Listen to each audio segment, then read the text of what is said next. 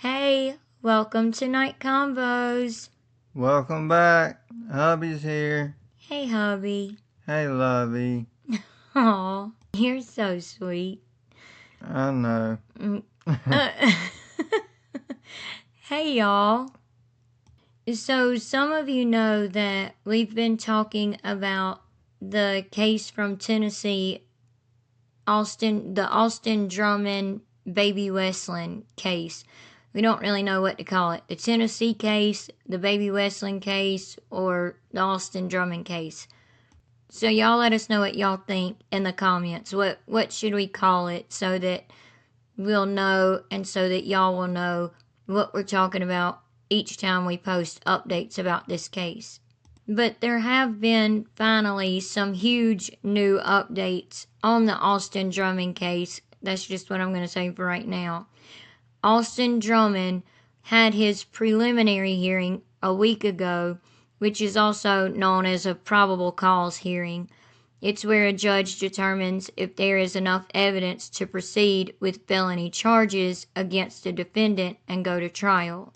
So we're going to talk about it and watch a video clip, but before we do, we just want to say real quick, we just wanted to say thank you so very much to our channel members. Yes, thank you. And also our subscribers. We truly appreciate every single one of you. We love and appreciate having y'all as a part of our family here that all of us have been a part of building. We truly appreciate that and the likes and the sweet, kind, and supportive comments. And the hypes. Yes, and the hypes, y'all hyping our videos. We see where some of you have commented and said y'all save your hypes for our videos. Thank you so much for that. That truly helps our channel out so much. It helps push our video out into the algorithm the more hypes you get. So we truly appreciate that so much. And all of those are free ways to help our channel, and we greatly appreciate it because we understand not everyone can, join the channel memberships and stuff. So we get that. Right. But we completely understand that. But we appreciate all of you that are members, and we appreciate all of you that are just simply subscribed to our channel and comment to us. And even though we can't conversate with everyone, we do try to go back to older videos to conversate with everyone. We try to get to everyone. We honestly do. So please just know that we do try to comment to everyone. And that goes like to emails as well. We just found out yesterday that a lot of the emails that we get, real emails from y'all that we get, are going into our spam folder for whatever reason, and we never check our spam folder. So we truly apologize for that. We honestly are so sorry if you have emailed us and we haven't responded. It's because it went into the spam folder. So we're going through that, now and trying to get back to people that emailed us a while ago and we didn't even know it. So we apologize for that. Okay, so with all that being said, if you're not already, please make sure you subscribe, like, share, hit the notification bell so that you don't miss any of our videos. Thank you all so much for watching all of our videos, even the non-gypsy videos, the non-gypsy content like this video. We are so grateful for that.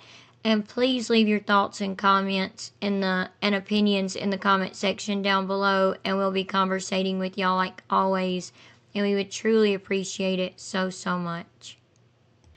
Okay, speaking of the preliminary hearing, this is the hearing that a lot of people get mixed up with Gypsy Rose Blanchard, mainly because her supposed BFF Bree shows the preliminary hearing for Nick Godejohn to try and prove facts while saying it's from his actual trial when it's not.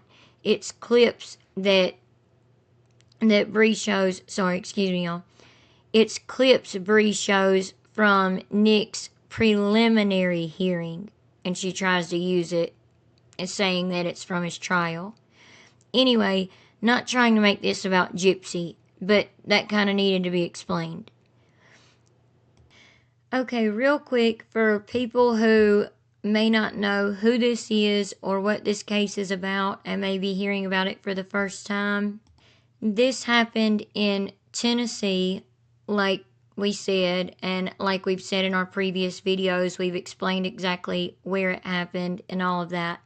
But Austin Drummond is a convicted felon with alleged ties to a violent street gang who was out on bail on attempted murder charge relating to time he spent in prison from when he was charged with armed robbery and rug charges when he was 16. And he spent 13 years in prison. He was out on bond, so he did his time for those charges, but while he was in prison, he caught a new charge when he tried to unalive someone while in prison, and he was out on bond for that charge when he committed this new crime where he unalived 4 people on July 29th, when he unalived James M. Wilson, who is only 21 years old, Adriana Williams, who is 20 years old, and those were the 2 parents. They were the parents of baby Weslynne, and Courtney Rose, 38, who is the maternal grandmother of baby Weslynne, and Braden Williams, who was only 15, who was the maternal uncle to baby Weslynne. And I apologize, I said that this happened on July 29th. It didn't happen on July 29th. Their bodies were found on July 29th. In Tiptonville, Tennessee, which is a town northwest of Tennessee's Lake County. We're thinking that it did actually happen on July 29th, though, because their bodies were found hours after baby Weslynne was dropped off in her car seat in a random front yard of in a random person's front yard. And wasn't it like 45 minutes away? Yeah, 40 miles. It was in the front yard of someone near the Dyer County community of Tigrit, like near that county line. Yeah. About 40 miles southeast of Tiptonville and about 40 miles northwest of Jackson, Tennessee. Thank you, hubby. Mm-hmm. Thank God he spared this little baby, but he unalived sweet baby Weslynne's mom and dad, who are shown at the top up here, and her maternal grandmother, shown on the bottom left. The bottom left, and her maternal uncle, shown on the bottom right over here, who is only 15. Baby Weslynne was only 7 months old at the time that this happened, which is so sad. This is a clip of his bail hearing where the judge entered in a not guilty plea for Drummond because he didn't have any representation at the time, but we showed this clip in our previous video. But for those who may not know, in the preliminary hearing, the judge decides, usually after looking at the prosecution's evidence that typically includes witness testimony and physical evidence. This is also when the defense can cross-examine witnesses. Then, if the judge finds probable cause, the case moves forward and goes to trial. If not, then the charges may be dismissed. Sometimes the charges simply get reduced from a felony to a misdemeanor, for example. But obviously we don't see that happening with this case. No, you're right. We think the charges will stay felony charges, especially with him unaliving 4 people and due to the fact that he was already a felon from trying to unalive someone while in prison for an armed robbery charge from when he was 16, like we were saying a minute ago, and robbed a convenience store and did a 13-year sentence after being given a 10-year sentence by the trial jury. We don't know why he did 13 years. We're working on finding out so that we can let y'all know, though. We feel like this case is much more important as of right now and in this moment, more than finding out about that, but we will find out. He was out on bail, like we were saying, for the charges of trying to unalive someone while in prison during that sentence. Before we look at the clip that we wanted to show y'all, here is some information about Austin Drummond's preliminary hearing. The state brought 5 witnesses in an effort to prove that there is enough evidence for the case to go to trial. The hearing took place in Tiptonville at the Lake County Courthouse. And we remember one of you saying that y'all live like very close to Lake County or the Lake County Courthouse, and that y'all may sit in on the bail hearing that was coming up, or the hearing that was coming up in our last video that we were talking about. If y'all ever decide, if any of y'all live in this area and y'all ever decide to sit in on these cases or any cases we talk about, but on this case or anything, if y'all are able to write down any information, or if y'all are allowed to film any information or anything, please let us know, or email us at nightconvos2018@gmail.com and let us know, because we would love to talk to y'all about that information and get that information. Okay, before we look at this clip, one detail that we forgot to let y'all know that y'all may not know, or that new people who haven't heard of this case may not know, is that Austin Drummond's girlfriend was a woman that he met in the correctional facility that he was serving his time in from the armed robbery charges, who worked there. I mean, she worked at the correctional facility where he was serving his time. She's also the sister to one of the victims. She's now pregnant, and they are on a no contact order. She's not allowed to contact Austin Drummond, and Austin Drummond is not allowed to contact her. But we'll talk about that in just a second. Let's get to the clip first. Certainly a very emotional day for the families of the victims as they heard some very troubling information. And from what they've told us, they hope that Thursday's hearing was just the start in their search for justice. We're going to have some statements and some evidence that may be entered today that may be difficult to hear. Thursday's testimony painted a chilling picture of what investigators say happened the morning of July 29th, when 29-year-old Austin Drummond allegedly killed 4 people and a baby was later found abandoned in a front yard.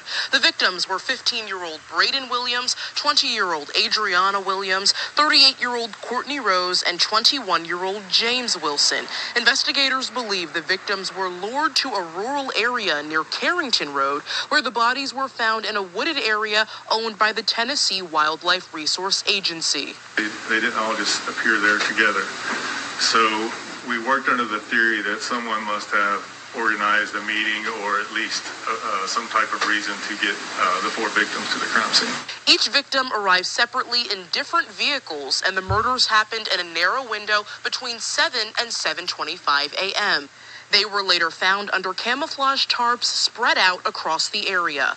Braden, Adriana, and Courtney were shot in the head at least once, and TBI Special Agent Justin Tubbs had this to say about James. Mr. Wilson had been shot in multiple places in his body for approximately 11 times. I gotta get out of here. I gotta get out of here. Please. Please.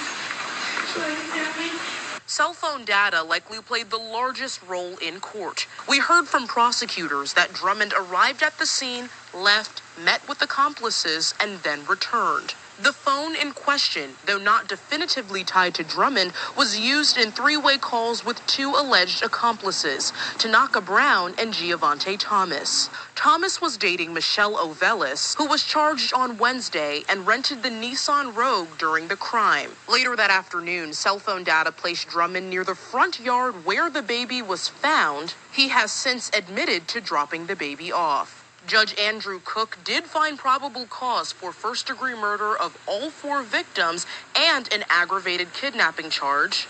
And it is worth noting that Drummond is no stranger to crime. He was recently released from prison last year after spending 13 years there. And we also learned that Drummond's girlfriend, Caitlin Speed, is pregnant, but he will not be able to speak with her directly because she is under a no-contact order.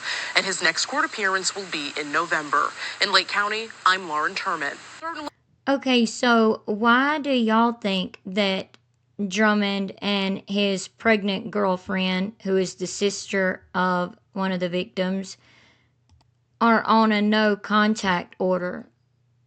Could it be because she possibly knows something or knows things about this case? Maybe she's speaking out against Drummond? What do you think? It could be.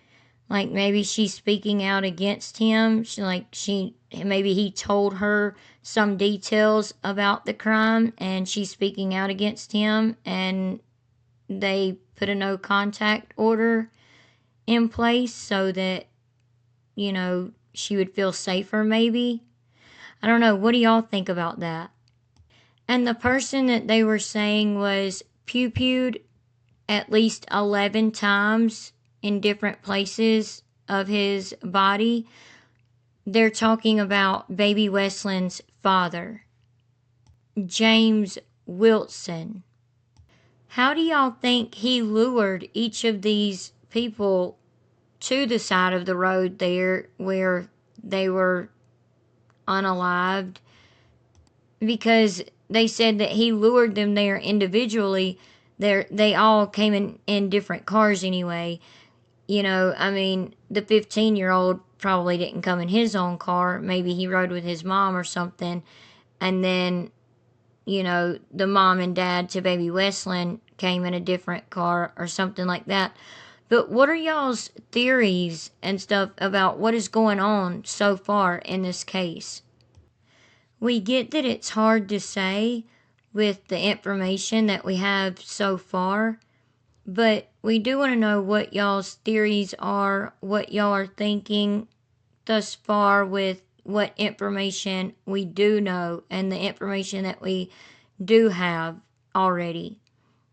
Let us know what y'all are thinking and what your opinions are and all of that in the comment section down below, and we'll be conversating with y'all like always. Again, thank you so much to our channel members. We truly appreciate y'all. We have 7 channel members now, so we appreciate all 7 of you. We honestly do so much. And yes, we really do. Yes, and we also appreciate our subscribers so much. Yes, absolutely. Thank you so much to every single one of you. We truly do care about every single one of you, and every single one of you means so very much to us. Y'all honestly do. From the bottom of our hearts, we really do mean that. But we hope y'all enjoyed this video, and we'll see y'all in the next one. And if you're not already, please make sure you subscribe, like, share, hit the notification bell so that you don't miss any of our videos, all of the things, and we would truly appreciate it so much. And we hope y'all have a good night, and God bless. Have a good night, and God bless. Bye. Bye.